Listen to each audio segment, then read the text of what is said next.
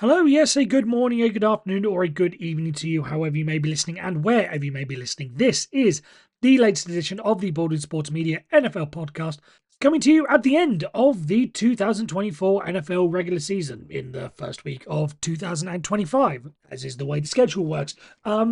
Yeah, I think that's pretty much it. I usually have a lot more to offer or to say about that, but yeah, this is the end of it. That is the end of the regular season.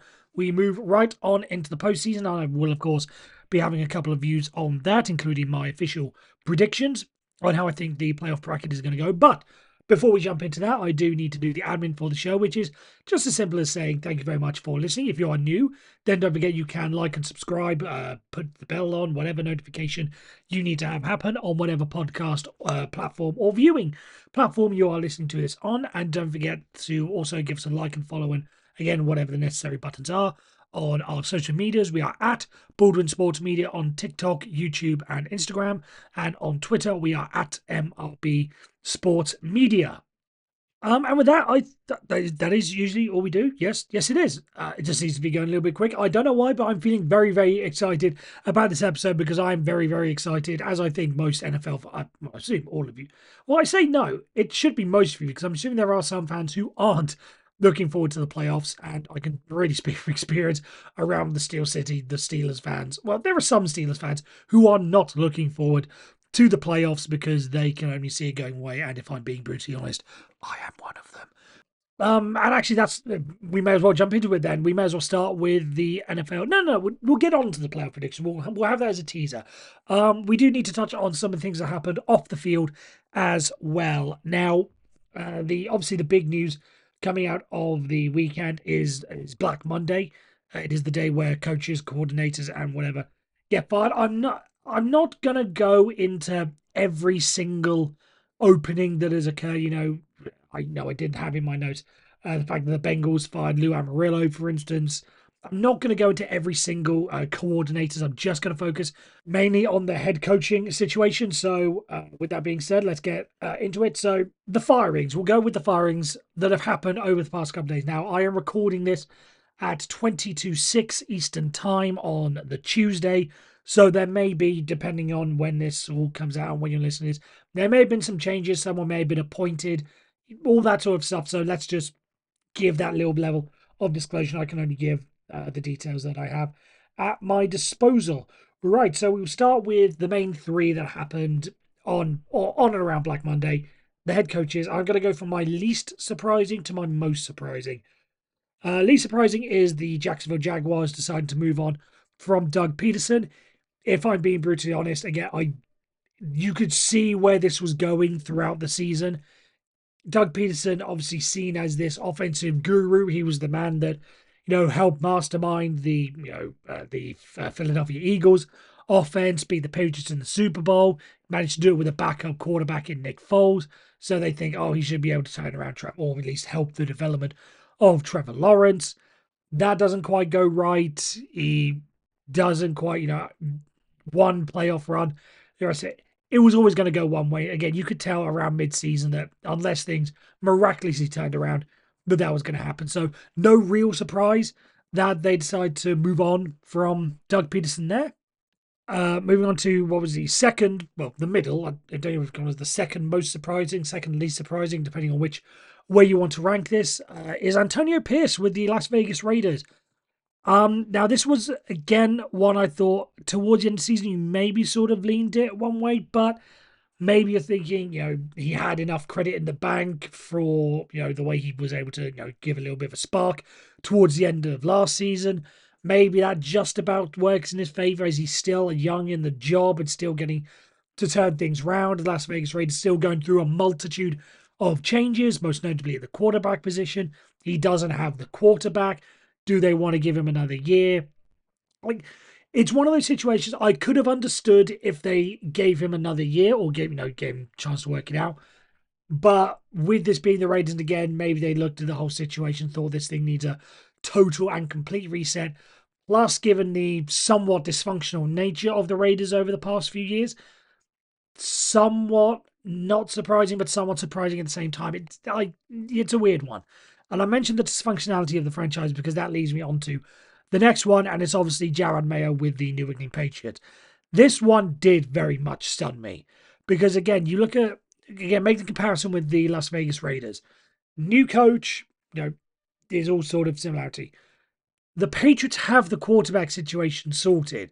So maybe, again, with Joe Milton and Drake May, whatever decision you want to sort of go with, who you think is going to be the next guy, but at least have some level of stability around him in the first season. That's not what you're getting with Las Vegas. In fact, if I want to make a comparison with another dysfunctional franchise, previously dysfunctional franchise, is the Cleveland Browns. You look at what happened with Baker Mayfield and how many offensive coordinators and head coaches he had to cycle through, and how he never really got settled. And, at least in hindsight as well, you can see what a great job he did in Cleveland and how he was very much underappreciated and was, shouldn't have been discarded for Deshaun Watson. And now you look at what he's doing in Tampa, where he has a level of stability with Todd Bowles as his head coach. Now you're seeing what Baker Mayfield can do. So again, you make that comparison to the New England Patriots, and now you're going to have Drake May or Joe Milton, depending on which way you want to go. And there's also the talk about, whether or not they maybe would have gone for Shedeur Sanders or one of the other quarterbacks hype in the draft. But again, talking about quarterbacks, how dysfunctional is that when this is the New England Patriots. These were the bastion of stability and a well-run franchise under Bill Belichick. And, I've said this on my TikTok, but it's sort of decreasing away now who was really, who may have been in charge.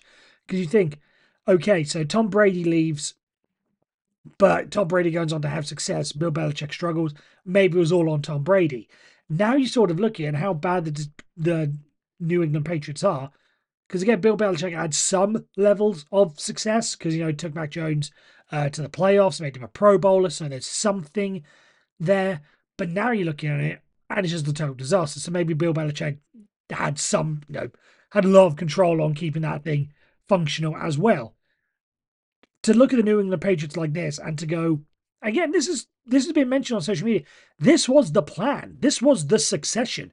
Jarod Mayo comes in, former New England Patriots player, former, under Belichick, made his dues in the league, and now is making a thing, and he's going to be the next project. To get rid of him after 1 year, I think there were a lot of people around the league that were very, very stunned with that news, and that's why I put them at the top of the list of most surprising departures to happen so far this off-season. And now sort of moving on to the other end of the spectrum, and these are the ones that I'm surprised did not get fired. I want to put a little bit of a caveat with this, with the whole Mike McCarthy and the Dallas Cowboys situation. I do think that is going to come to an end. I don't see Mike McCarthy signing an extension. He is a free agent in the next couple of days. You hear reports that there are teams that want to go out. I think that's going to be a mutual parting of the way. So Mike McCarthy, I think, will be out in Dallas, but officially, as of now, he still has a job. So we'll look to keep that one going. People I'm surprised are still in the job. I think the main one is obviously Brian Daboll with the New York Giants.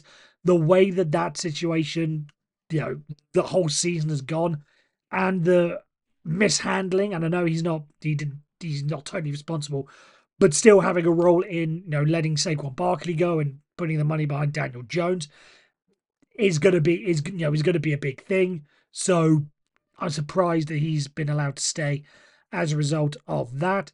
The Miami Dolphins with Mike McDaniel, rather. I would have understood if he got fired. I think given, again, the talent that's been created around them, maybe it is a bit too quarterback-centric, and when Tua Tagovailoa gets injured, we see what the results are. You would maybe hope to think that your head coach could be good enough to overcome those struggles, but obviously not. So I think he's very much on thin ice, but I could see why they stuck with him, but at the same time, I would not have been totally shocked if they'd have gotten rid of him. And finally, I think Kevin Stefanski, is somewhat lucky to still have a job because, again, this was a team that some people were thinking, especially after the past couple of seasons, making the playoffs, keeping themselves relatively competitive. It all falls apart. And again, talking about Miami Dolphins and Tua Tagovailoa, with the injury problems around there, Mike McDaniel gave us to 8 and 9. Kevin Stefanski without his star quarterback or whatever, 3 and 14. That is a total collapse from 11 and 6 last season and making it to the playoffs. And again, given everything that is going on around the whole situation, we've heard some reports that Deshaun Watson may be somewhat struggling in his comeback from his injury. Maybe they would have looked to see that as an opportunity to totally reset the franchise with the quarterback position. They have a very good defense, but you want to get start off on a fresh foot with a head coach and a new quarterback. Again, could have understood if they'd got rid of him. And again, I'm surprised that they didn't after the pretty big collapse that he has gone through. And with that, we move on to the second part of the show. And this is going to be my official playoff bracket predictions. I don't think I really need to explain any more than that. I was thinking in my mind, do I need to set more of this up? No, I really don't. So obviously this is a bracket. I have used the Pro Football Network predictor to work this out. And I'm just going to go through AFC as a conference first, and then NFC as a conference second. So rather than doing it round by round or whatever, and conference by conference. So we'll start with the AFC. And in the wildcard round, I have the Bills beating the Broncos, I have the Ravens beating the Steelers, and I have the Chargers beating the Texans. Obviously, two favourites going through there. Again, it pains me as a Steelers fan to say that we're going to lose to the Ravens, but the writing is on the wall. You can't go through the momentum, or lack of momentum that we've been going through, and look at the momentum that the Ravens have been picking up and see it going any other way. My mind goes right back to the Eagles last season. Their struggles toward the end of the year, then having to face a red hot Tampa team. It was only going to go one way, so that's why I go with the Ravens there. Bills over the Broncos. I just think it's far too on a talent level. I think it's just far too big of a gap for the Broncos to overcome. And for the Chargers and the Texans, I see this as, again, something of a momentum thing. I think the Chargers looking very good. The Texans struggling in the past few weeks. That is why you saw a number of Steelers fans basically looking into, and part of the reason we wanted to beat the Bengals in the last week of the season, not just to get that win under our belt, but also would have meant going to Houston, and Houston would have been the far better team for us to have to go and face. I think anyone would have wanted to grab that 5 seed so they could play the Texans. I think anyone would have expected them to get or would have see them as the more favourable matchup. I'm not going to say easy, but the more favourable matchup. And I just think, again, the Chargers are going on with Jim Harbaugh as our head coach. He's someone who can gets wins right away. And I think he's going to get his first playoff win with the Chargers in that game. That takes us on to the divisional playoffs, where the Chargers will play the Chiefs and the Ravens will play the Bills.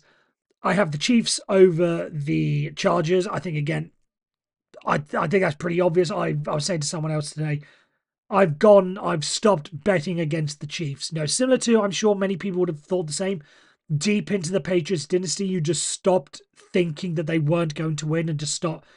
No, the safe bet was always just to bet with the Patriots.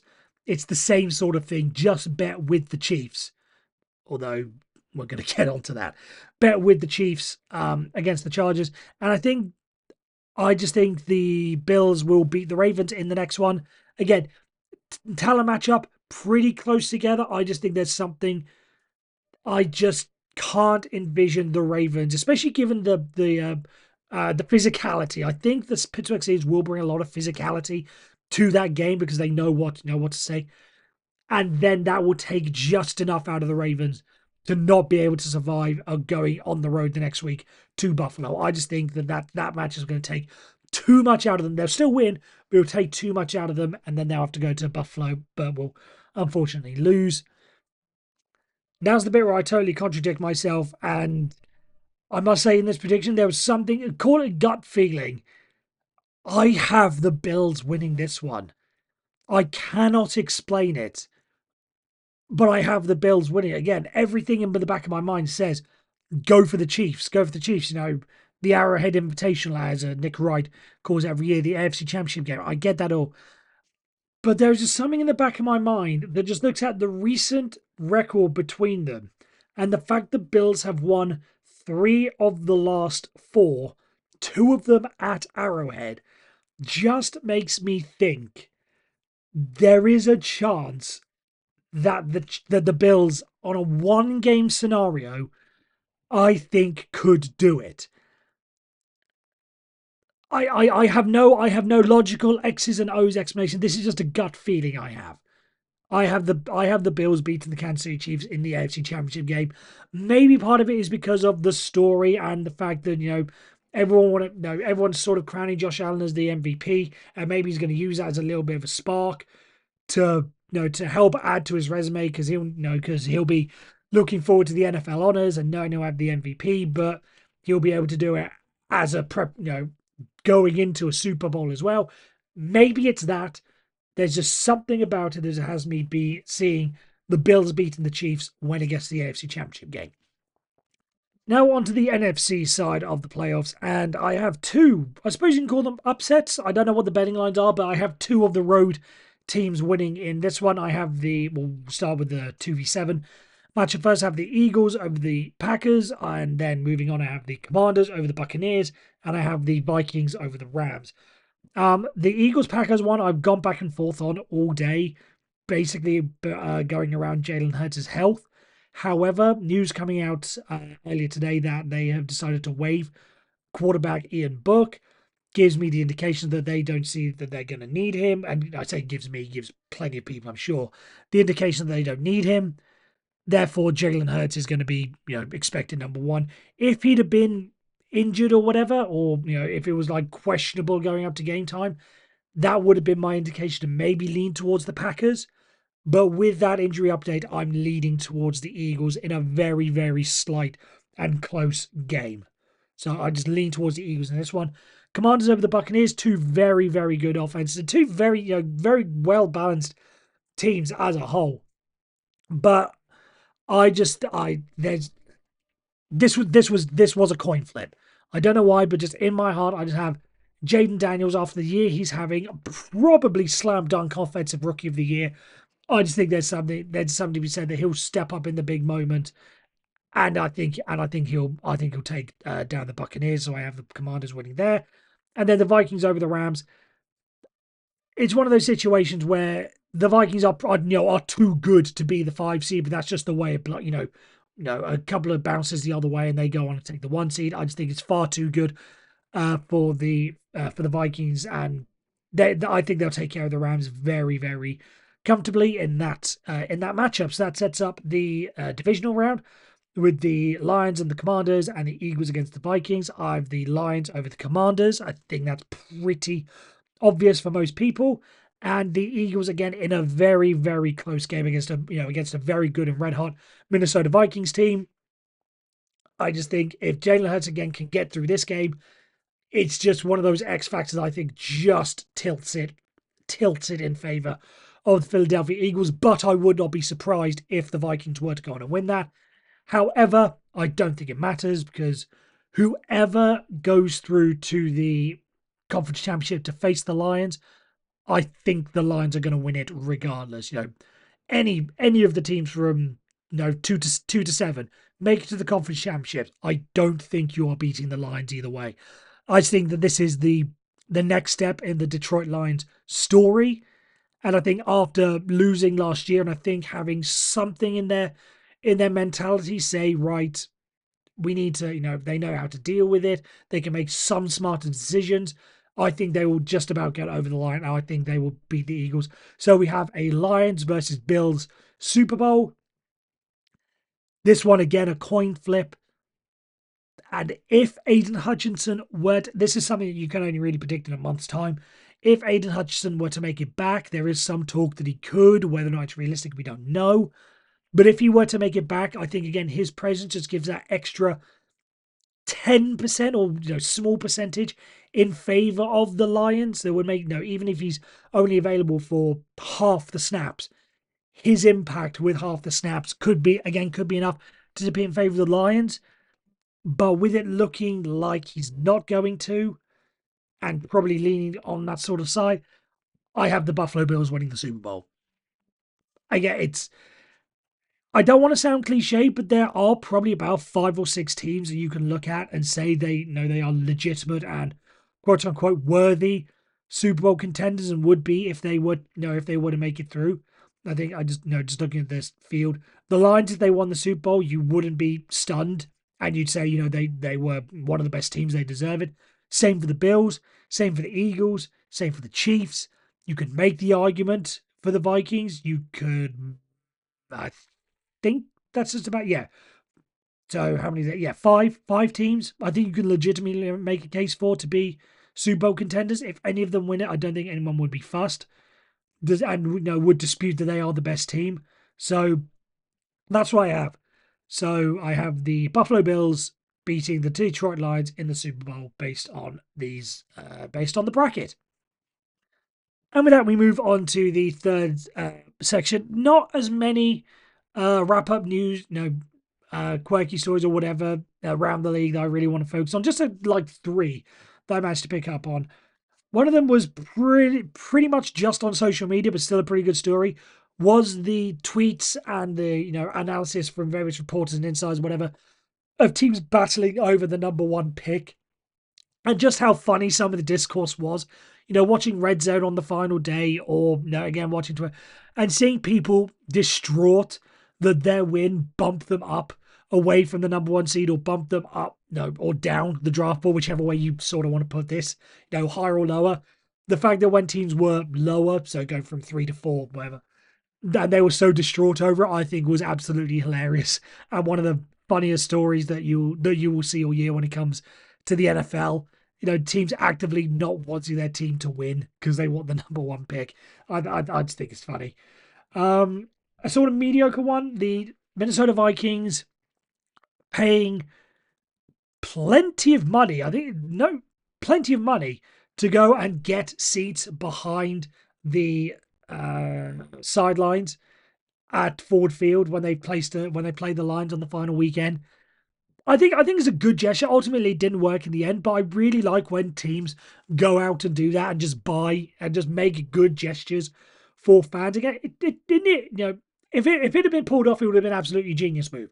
But to just buy a whole bunch of seats to get as many of their fans into Ford Field, into enemy territory as possible, I think is a brilliant move, and I could definitely see more teams doing that in the future. Opening game of the season, say it is the Bills that win it, and they're facing the Ravens, say a Baltimore Ravens executive just buying a whole bunch of seats just so they can get off to a good start and start to see. I definitely see that happening more and more in the future. And then one very good, very positive note, Mike Evans getting his 11th straight 1,000-yard season. Again, slightly gimmicky, the fact it was sort of forced to him with the game over, but it's still an achievement. It's still something great. And, for all the talk of who is the best wide receiver in the NFL, it'll be the likes of Justin Jefferson will get mentioned. Stephon Diggs a couple of years ago would have been mentioned. Devontae Adams, all these players. Mike Evans has gone under the radar for so long and is just so underappreciated. I'm not saying he's unappreciated, but underappreciated by a lot of people. Maybe it's because he's for all those years with the struggling quarterbacks in Tampa, he never really got the limelight. Then Tom Brady comes in and Gronkowski comes in, so they take a lot of the limelight away. But to consistently put up that level of production, I think is stunning. And first ballot Hall of Fame. When it comes up, first ballot Hall of Fame. I don't think anyone can doubt that. And with that, we move on to the final story of the show. And this one takes me to the Premier League back in England, the soccer, football, depending on which one you want to call it. Now, this is a very, very, very, very awkward, but also funny story. So there was a tweet went out that someone brought their mother along, who's not really a football fan, their first time in a game, to one of the hospitality suites at Southampton Football Club.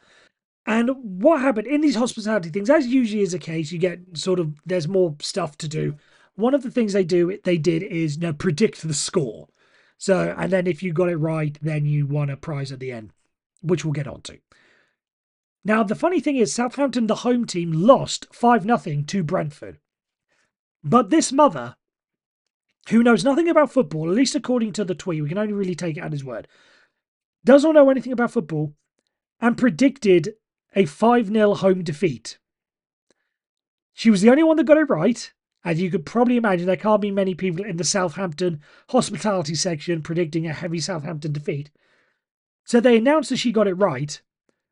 She then starts celebrating for whatever reason. Again, not knowing not knowing how to react in that sort of situation, but it gets worse and it gets more awkward. They then have Adam Armstrong, a Southampton player, present her with a shirt as the prize. Now, this is Adam Armstrong just coming off of a 5-0 loss at home. He then has to go up to hospitality and present this very, very happy woman, not knowing exactly what's going on, with a prize. And you can see on his face just how embarrassed he is to be in that situation again. As I say with all these stories at the end, go get the tweet, go find out, go find it for yourself. It's an absolutely hilarious story. And again, you will be cringing as well. And with that topic in the bag, it's time for us to wrap up the show, just like we've wrapped up the regular season. As always, thank you very much for listening. I will be keeping this up during the postseason as we get through, and then maybe there'll be news, maybe there'll be more head coach firings for us to talk about. Maybe there'll be interesting hirings that go on and all that sort of stuff. And don't forget to check out our social media because there will be, as always, content on that throughout the playoffs, including I was going to say much anticipated, but it's anticipated in this house. The much anticipated return of my cat Henry predicting the NFL playoff games every single weekend. So if you want to catch those videos, don't forget, this is where I do the plug, that you can like and subscribe on our social media platforms at Borden Sports Media on YouTube, Instagram, and TikTok. And we are at MRB Sports Media on Twitter. If you're new, don't forget, go like and subscribe on there. And as always, thank you very much for listening. And if you're a regular, as always, much appreciated for making me a little bit of your week. Until next week, that's really it. Stay safe out there, especially if you're in part of the cold part of the country, as we've been getting tons of snow and tons of cold weather. As always, stay safe, take care, and I shall speak to you all next week.